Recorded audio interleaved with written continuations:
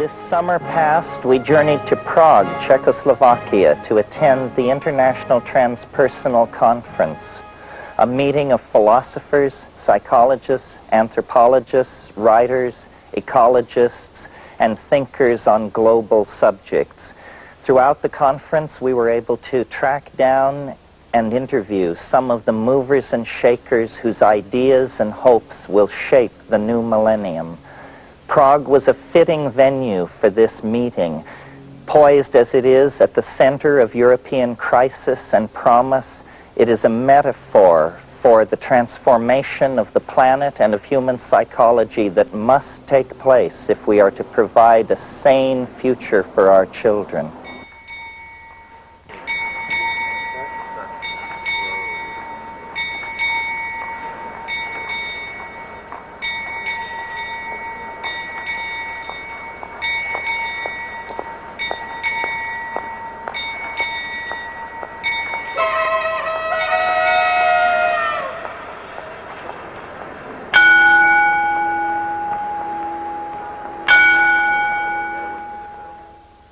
I'm standing in the center of one of Central Europe's most beautiful and mysterious cities. This is Prague, Czechoslovakia, and I'm Terence McKenna. We're here to meet with some of the world's most outstanding thinkers to discuss science, spirituality, and the mounting global crisis. And it's fitting that we should meet in this, the capital of ancient Bohemia, for Prague and Bohemia have always stood for intellectual innovation, chance-taking, and the life of ideas. In the Jugendstil splendor of one of Prague's most famous concert halls, we encountered Richard Alpert and persuaded him to have lunch with us.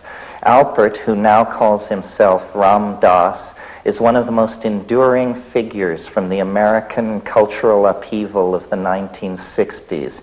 Alpert, whose career reaches from Harvard University to the plains of the Punjab, has transformed himself into a spokesman for humanity's ignored and downtrodden.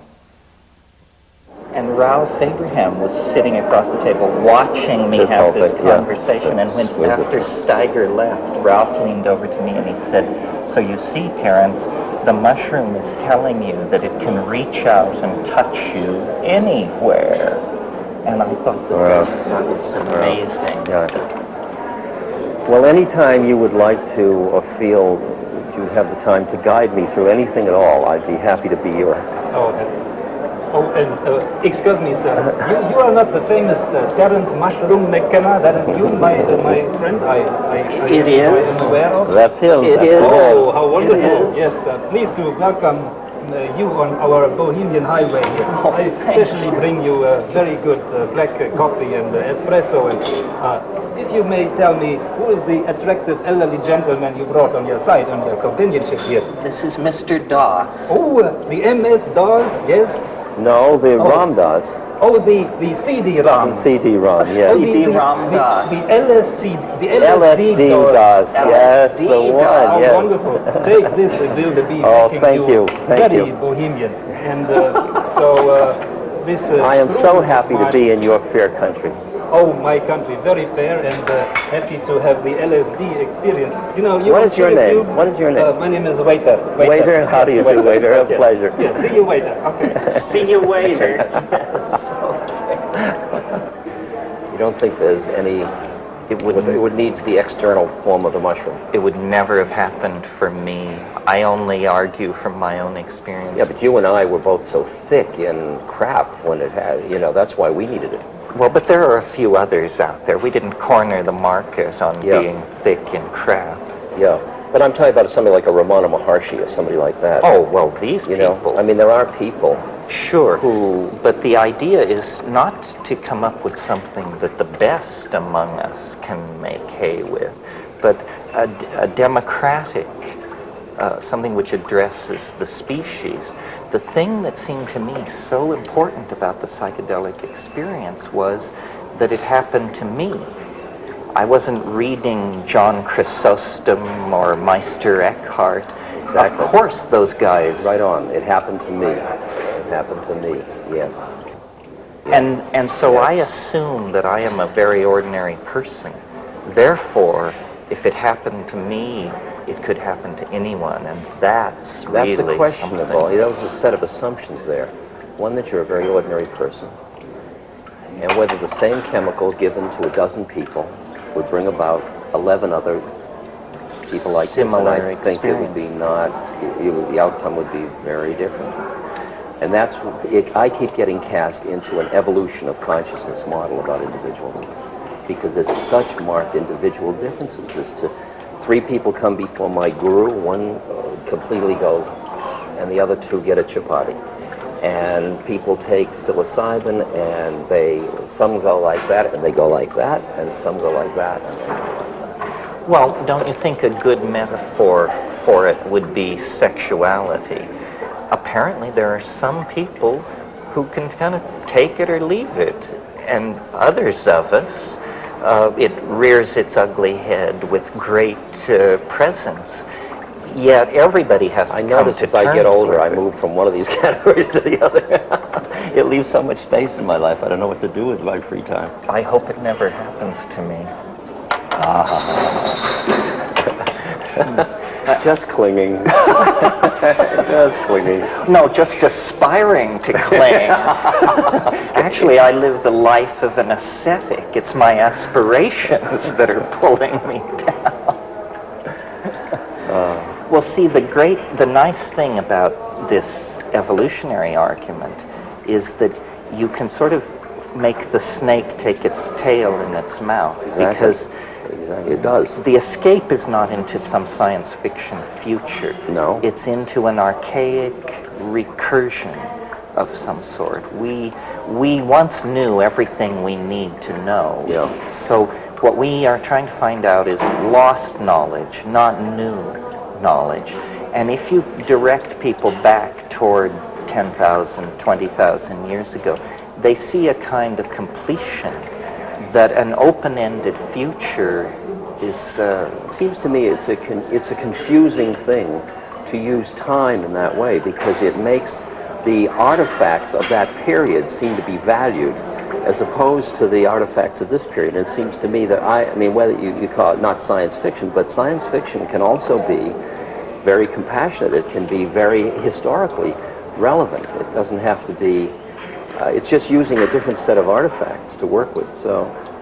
Well, for instance, I see most of what's happened in the 20th century as being unconsciously driven by this fascination with the archaic.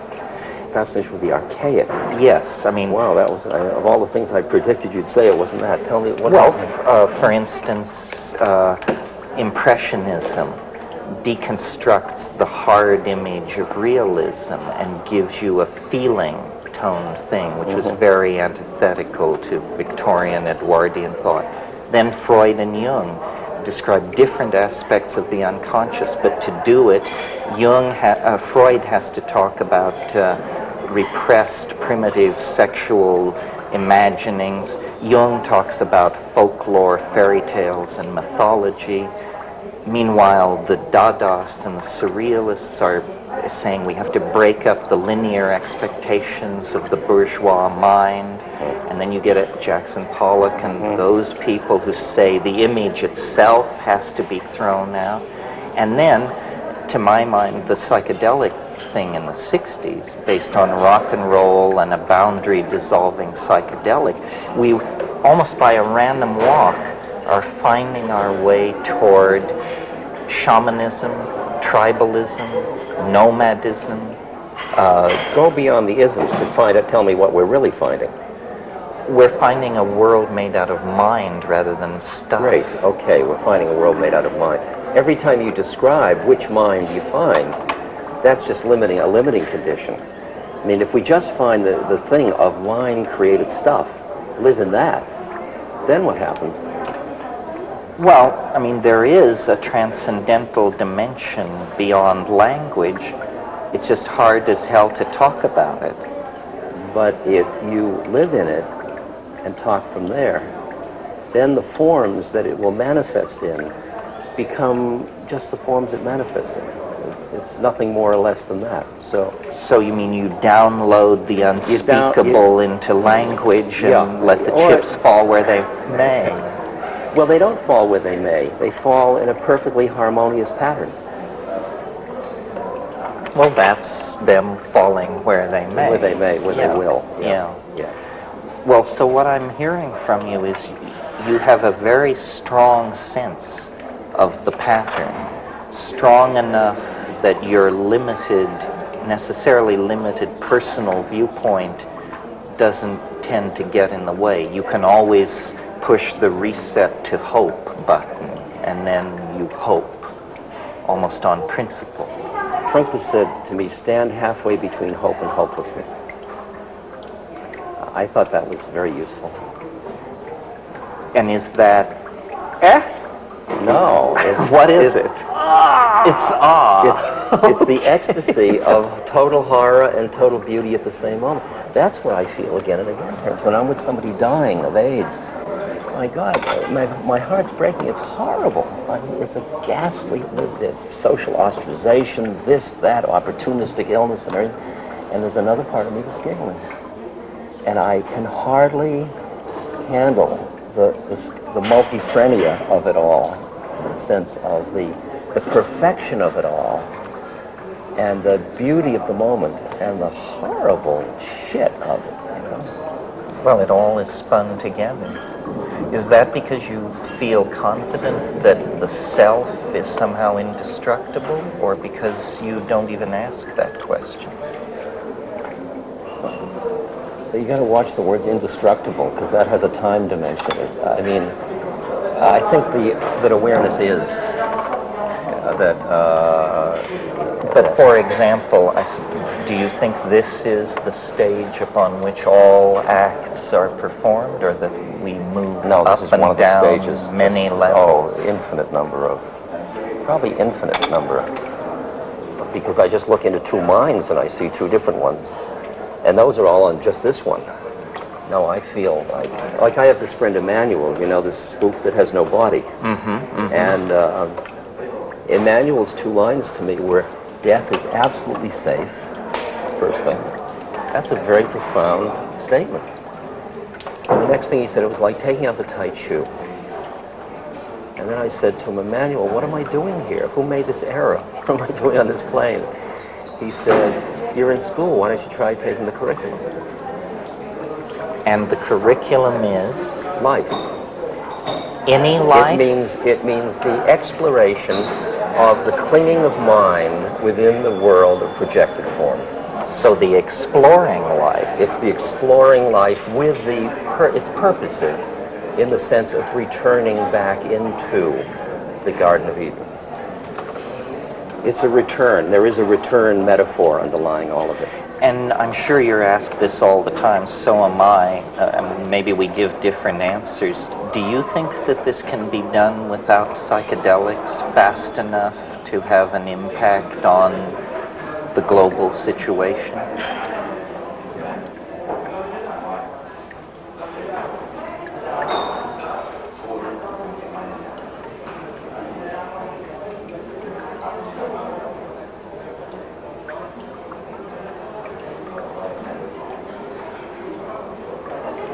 I could conceive that it could be.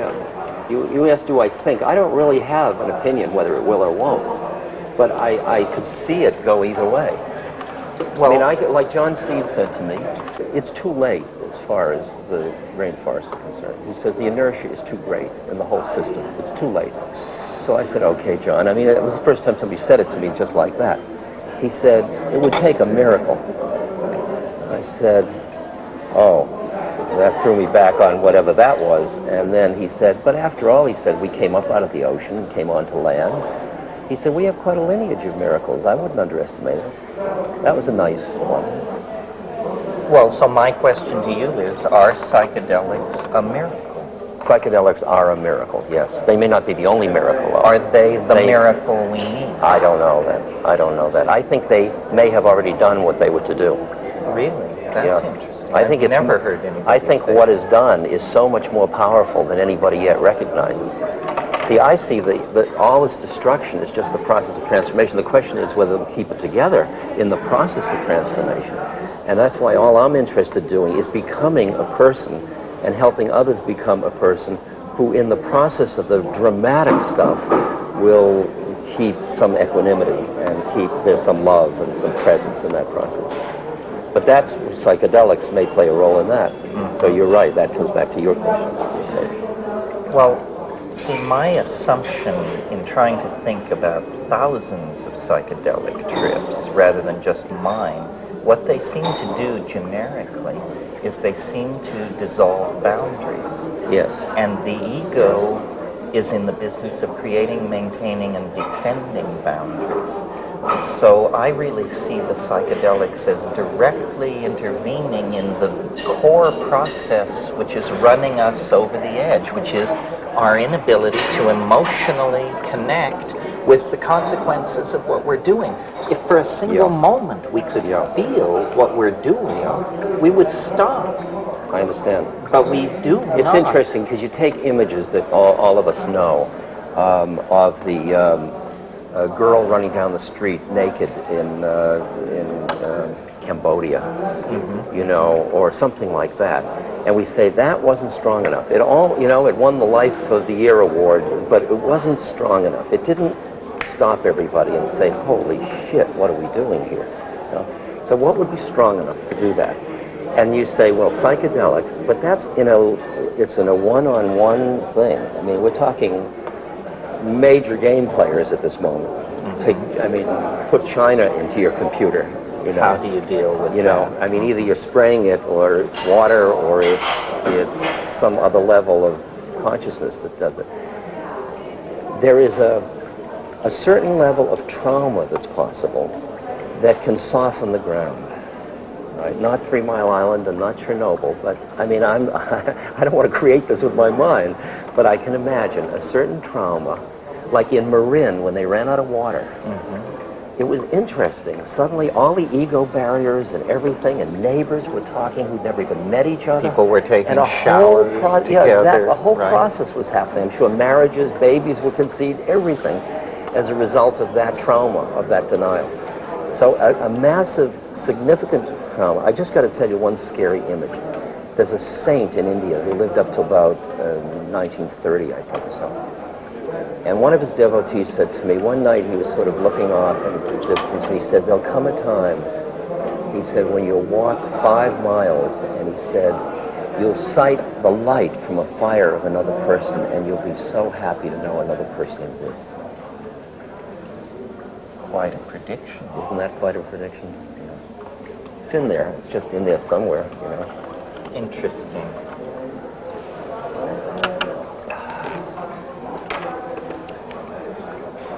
Yes, well, I agree. I think that what's going to happen is that... Gentlemen, everything is fine with the evolution of coffee and consciousness. Both very good with you too. You have come just at the right time. Yes, this is just what I want. How did you know? You tuned into a higher level. A higher level. A higher level. High, very high, yes. I eat Bohemian mushroom soup today, you know? We were just talking about that. Oh, yes. You like Bohemian mushroom soup? I like Let mushroom. me sprinkle liberally some water on your chalice, sir. Oh, please That is, liberally this one. sprinkle his chalice, Yes. for sure. Very good. I am a cellist, so it's fine if you wish to. Oh, I know you by your true name. You're Mr. Chalice, sir. Yes. Yes. Very good. You also some water in your... No. I was confusing. Let me put this here. And have fun with the shaman strudel. Bohemian, very good. Thank you very You much. call when things are getting dangerous. I'll Okay. call you. I'll be right back. Not to worry. Good, good.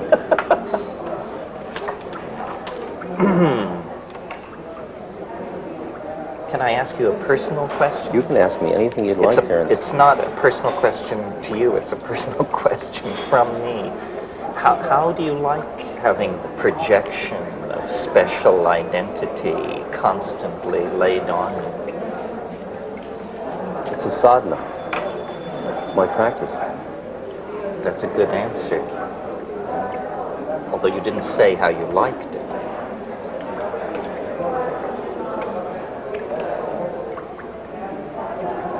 I like it to the capacity I have to transpose it.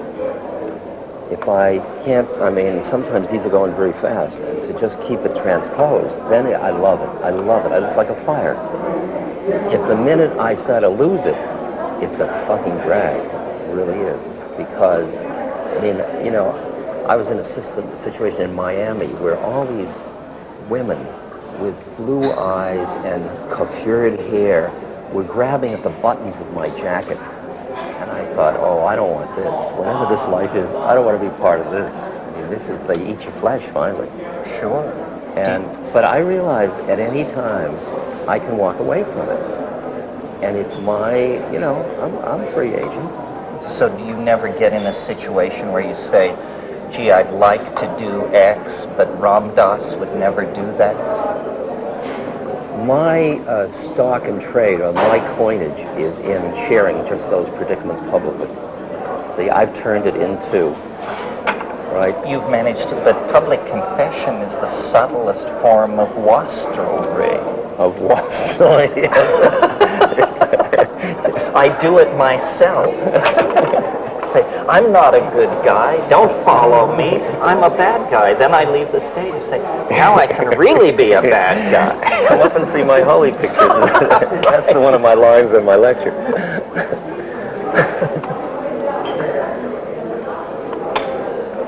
I'll tell you, I only see the stuff that would disturb me is inside myself. It has nothing to do with out there. Out there is just being what it is, and I'm responding with my own stuff. And if my stuff is my enemy, it's going to get too much for me. And if it isn't, you know, depends on how much I can consume it, joyfully participate in it, passionately, all of it. Well, you've sort of achieved a unique synthesis. I mean, you're almost a secular holy man, because I don't care much about what you believe or who you light candles to. Basically, I think I heard you describe yourself once as a kind man. And you've gotten incredible mileage out of that because there are so few. It's far out. Right? Yeah. Yeah. I mean, this is... Well, when you talked about coming back into the boundarylessness, to me, that's the whole quality of compassion. Has that boundarylessness to it. It's that your suffering's my suffering, and your joy's my suffering, and you are me, and here we are. And if you hurt, I'm responding to your hurt, not because I'm a good guy and you're needful, just because this is suffering, and this is the response to suffering, and we're both part of the same thing. And that's the way I like to play it from. That's, to me, it's like riding a wave. It's the joy of just being part of the force of compassion in the universe. Well, when you look, you mentioned in your talk the other night, since some people think the 90s are going to be a second turn of the spiral, I observed the 60s as a spear-carrying 14-year-old. I was down in the masses. What were the mistakes that are avoidable if there's a second chance?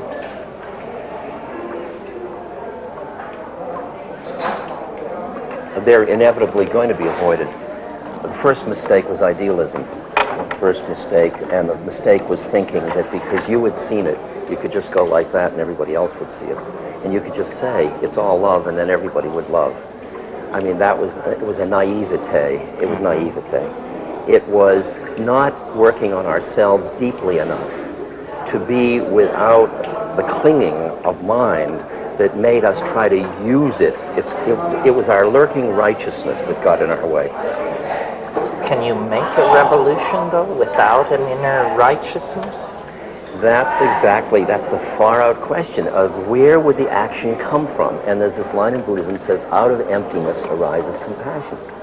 And what I experience is that there is a way in which I can sit down in front of a truck or feed a person or go make love or go surf, and there is an appropriateness in every one of those acts. And for me to hear that, I've really got to shut up. And my work is to keep shutting up, to hear which one it is. And if it is a revolution, so be it. Mm-hmm. So be it. You know the story of the monk and the army general, you know, and the army general's disemboweling all the monks? And his reputation has spread far and wide as a cruel, cruel man. And he comes into this village and he says to his adjutant, tell me what's happening. And the adjutant said, all the people are frightened, they're bowing down to you. All the monks in the monastery have fled to the hills but one monk. And the general is outraged about this one monk. And he gets up and he goes to the monastery and he pushes open the doors of the monastery and he walks into the courtyard, and there's the monk standing in the middle of the courtyard. And he walks up to him and he says, don't you know who I am? I could take my sword and run it through your belly without blinking an eye. And don't you know who I am? I could have your sword run through my belly without blinking an eye. That's great. That's the place from which revolutions can heal, rather than just starting the cycle all over again.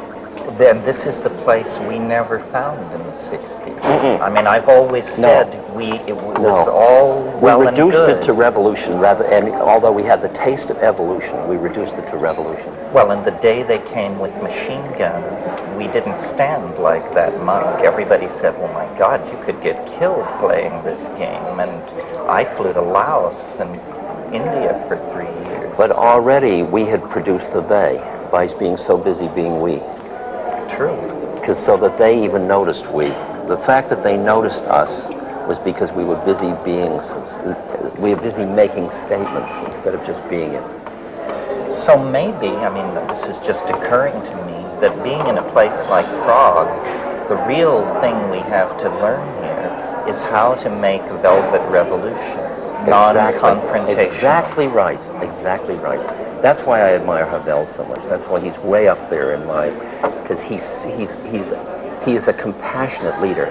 He's got wisdom, not just knowledge. He is tuned. There's a quality of his heart that feels present. And he said in this op-ed article I just read, his letter last month. I read it too. And you know, at one point he said we have to allow the naturalness to come back, the personal stuff, the heart stuff. I mean, he was right there with all of the. Do you see, I mean, I don't want to put you on the spot, but I don't, let me preface it by saying, do you see anybody who could play that role for the millions of kids in England and the United States who are now asking, where do we go from here?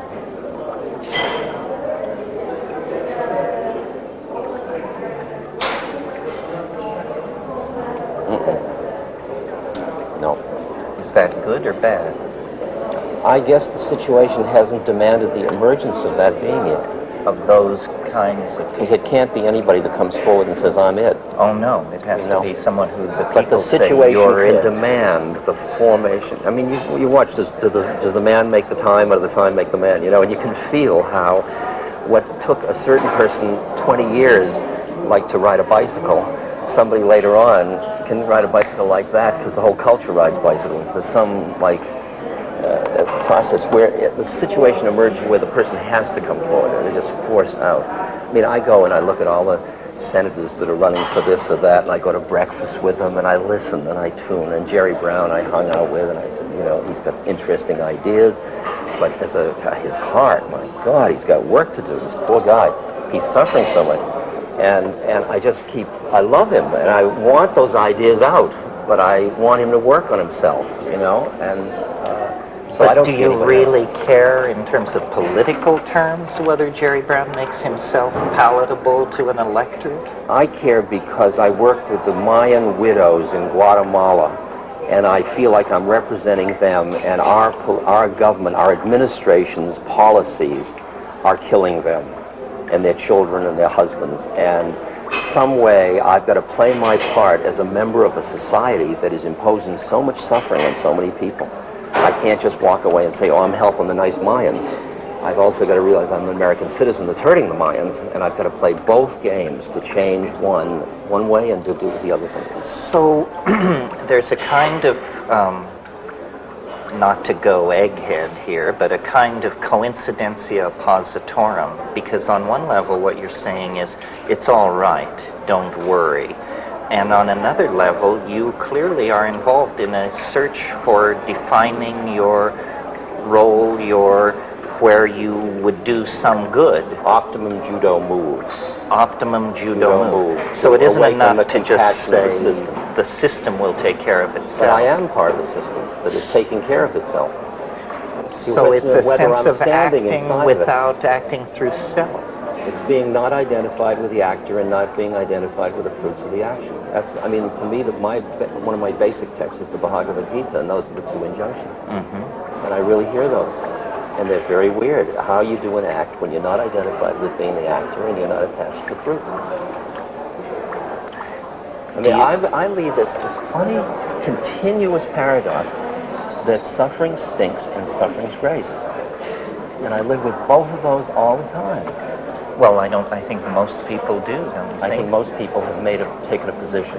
Oh, that suffering is bad, they hate it, they want to keep it or away that it's from grace and it's, lovely. Well, and then the great masses of people never really draw the distinction because for them suffering is like air and water. It's life. It's life. It comes with It's it, life, yeah. burying Yeah. the many children you bear. That's why I found in the villages in India less suffering than I found around the middle class in America. Certainly less whining.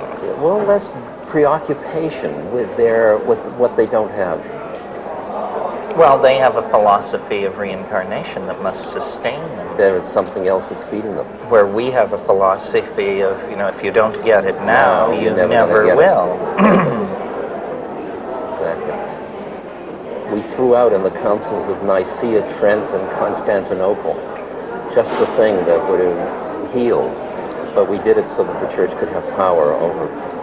Well, I think it was Friedrich Nietzsche who said there was only one Christian and they crucified him. Yes, exactly. Oh, God, that's so good. That's such a good line. Here comes. Now, have you been waiting for me? Because I'm the waiter, I need to wait. We've been looking everywhere for you, sir. Oh, I'm sorry. I've been waiting for the here and now, but that was somewhere else. Well- but can I help you here? It's, You can help us here and you can help us now. there. Very good. I'll help you here. I hope you enjoy my conversation. No, I mean, It's fine. Do we when get you a check, or is this all on the house? No, I am the Czech. I am the Czech. This is Prague, my sir. God is everywhere, but Czechland is here, Okay. I keep one more bottle for you in the Please, refrigerator. Hold it in But not in the here reserve. and now. In the somewhere else, maybe later. But see you.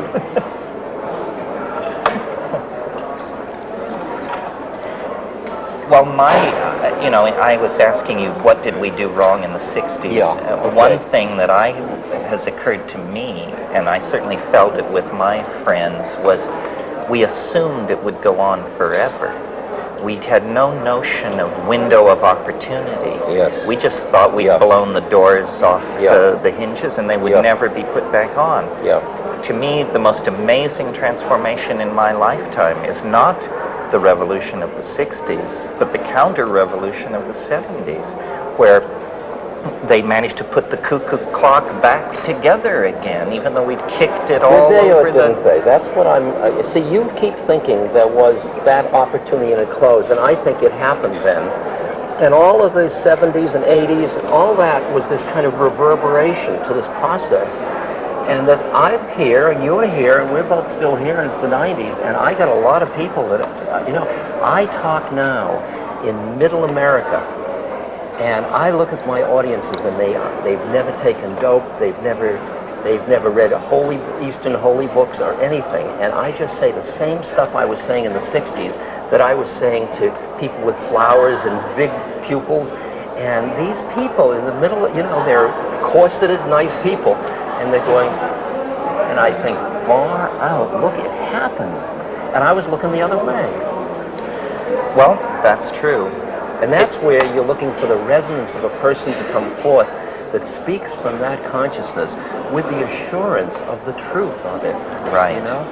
That's what I think, why all this business of a Christ figure, I mean, I see how seductive it is, but how we've gotten very cynical because we've projected into such a person a purpose.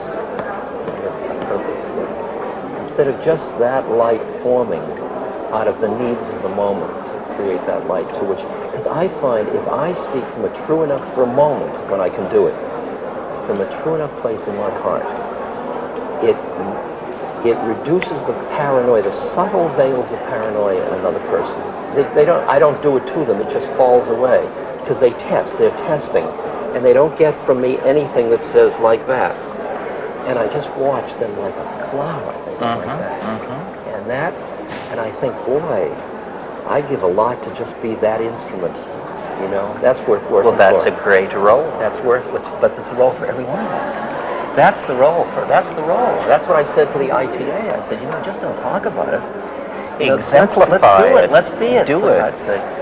Well, Blake said a wonderful thing. He said, if I can get it right, if the truth can be told so as to be understood, it will be believed. Right. Exactly. So all you have to do is say it. Exactly. When can you say it simply enough? Is it only said in silence simply enough? Or are there words? Or is there music? Or is there what? Or is there... There's words, there's music, there's silence, there's gesture, because it's always going to exceed one's grasp. See, my mantra is the Gandhi line, my life is my message. Yes, you said that the other night. That's very good. Of every level of being. I think I'm at a little lower level because I'm very aware that I have to struggle to have to say my life is my message. I would almost rather say my message is my message. Please don't look at my life because I'm a fallible human being and I'm constantly fucking up. But you see how that weakens your message. You see how that quality means that the message doesn't come from the root, the central. There's a way in which it waffles. True. And that's the thing. I really can't. Once I saw the possibility of that, I said, why waffle? What is worth holding on to that's worth waffling about? Well, I once said to Leo Zeff, I'm sure you knew Leo, I said to him in a meeting, I said, Leo, you're finished, you're completed, you're baked. Me, I'm half-baked. And I hope that the rest of my life will finish the baking process. You're not half-baked. That's what's interesting. I mean, when you and I talk, you and I hear each other perfectly. Truth. And so where are we hearing each other from? I mean, then we each play our game the way we play our game, and you can play your game saying I'm half-baked. That's your strategy if you choose. It's a mercurial strategy. Yes, I understand that as such. Here's to Mercurius.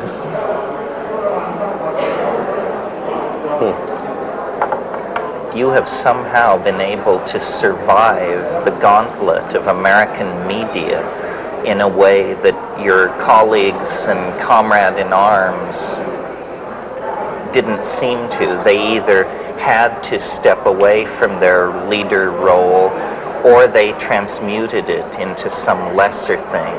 So now Allen Ginsberg is poet laureate, Tim Leary is, keeps the club scene in Los Angeles interesting. Yes. But you, in a sense, never backed down, never retooled. You were also not first among equals back in the original thing. But when all is said and done, I was always the second. In a way, it's like birds. If you stay just behind the lead bird, you don't have to do much. You're just kind of riding along on the. Well, and Ralph tells me to be third is the real good position. It's like being the young prince. You won't ever be king. It was only until about 5 years ago. In the past 5 years, they've stopped introducing me as Tim Leary's partner. Right. And which, I think that was great. I see him as one of my, first teachers, great teachers. And, but I don't have the fun for me. It says, I have no model of myself. I don't know who I am. I don't know whether I'm an anachronism from the 60s or I'm just about to happen. A prophet to be. Yes, I have no idea. And I don't care. That's what I saw. Because either of them, all the things you get in either way are a drag and they're beautiful, equally. No, well, I think you're a prophet to be. I think we all are. That, We all are, yes. as Bilbo Baggins once said, the greatest adventure still lies ahead. I believe that. I'll I do believe that too. when they lower my box. I I'll do too. believe I that. do too. Exactly. Good. Exactly. Well, thanks for coming by. I'm sure you had many, many demands on you. Thank you. It was a pleasure. Pleasure. Good. I was afraid of you up until now. Now I'm delighted to No, be no, with you. don't be afraid of me. The people who are afraid of me don't know me, or they No. know me better than I you know. ever will.